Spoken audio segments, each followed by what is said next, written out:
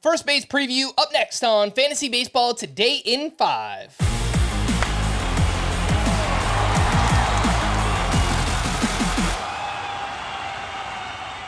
Welcome into FBT in 5 on Tuesday, February 6th. I am Frank Samfeld, joined by Scott White, and let's first talk about some strategy. Scott, how do you feel about the first base position this year, and what is your strategy?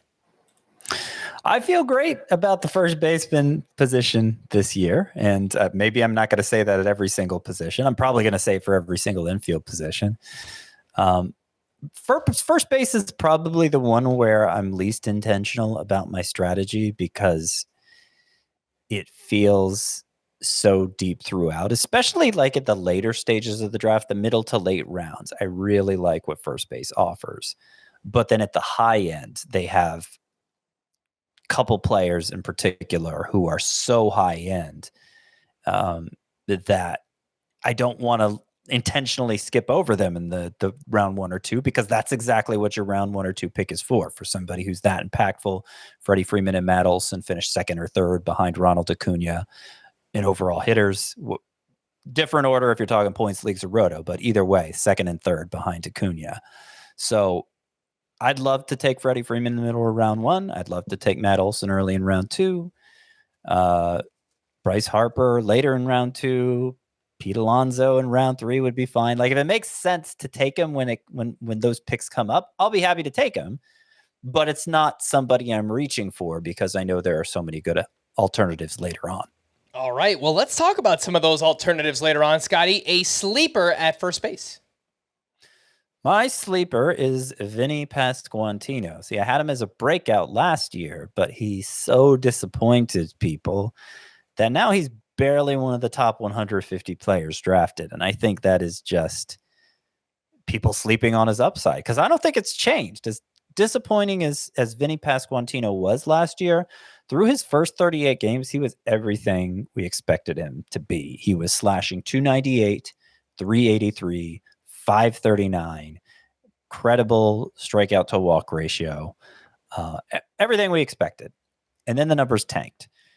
And then soon after, he was going under the knife to have the labrum repaired in his shoulder. We don't know exactly when the shoulder began bothering him. We know it began bothering him before he shut things down. And so it stands to reason to me that it was primarily responsible for dragging those numbers down. Even if that's not the case, it's such a small sample that I don't know that it's worth putting that much stock in the numbers. His overall stat line last year, I think the talent remains as good as ever, and we shouldn't be drafting him any lower than we were last year.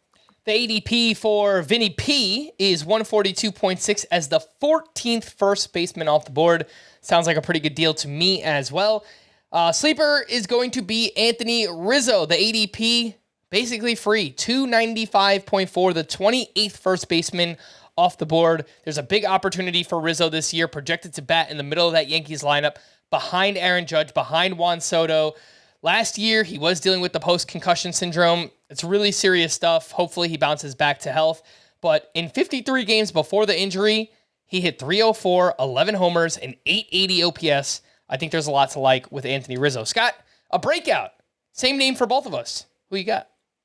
Triston Casas. If you look at his overall stat line from his rookie season, it's good. It's very solid. If you look at the second half last year, Triston Casas slashed 317, 417, 617, hit 15 of his 24 home runs in that second half. And like, the on-base skills are amazing. Another way Triston Casas stands out, though, is his ability to drive the ball the opposite way. And that should work out well for a left-handed hitter playing half his games at Fenway Park. He's going to be able to take advantage of that of the green monster the way a right-handed hitter would. The skill set's not looking that unlike Freddie Freeman, especially early in his career. And Triston Casas got some of that hype when he was in the minor leagues. I'm not saying he's going to go on to be as good as Freddie Freeman, but could you think of him as a poor man's Freddie Freeman? Maybe. I think he has that kind of upside. Casas' ADP 99.8 as the 10th first baseman off the board. I am in complete agreement with him as a breakout. I'll quickly start us off here with a bust, and I will go with Spencer Steer, who just had a strong season, but doesn't really have a standout skill. Quality of contact is lacking. He's not a good defender. The Reds have a lot of talent that I think they need to find ways to get in that lineup. So I just worry about the volume and the floor kind of falling out here for Spencer Steer. He is a top 100 pick, the 9th first baseman off the board. Scott, a bust for you. I got a lot of bust candidates at first base, but the one I'm going to plant my flag in here is Paul Goldschmidt, who started off great last year, coming off an MVP season. Numbers really tanked in the second half, and basically in every way they could tank. Exit velocity, strikeout rate, all of it. I think the most concerning number of all, though, and this is a full season number for Goldschmidt. He's a career 307 hitter with a 995 OPS against fastballs. Last year, 238, 797 OPS. The swinging strike rate also went way up on fastballs. That's an indicator of age. Fastballs are supposed to be easy to hit. As you get old, your bat slows down, becomes harder. Cody, Paul Goldschmidt, that's kind of a Freudian slip. We all have Cody Bellinger as a bust too. Paul Goldschmidt, the ADP is 62.4 as the 7th first baseman off the board. Scott is looking to avoid.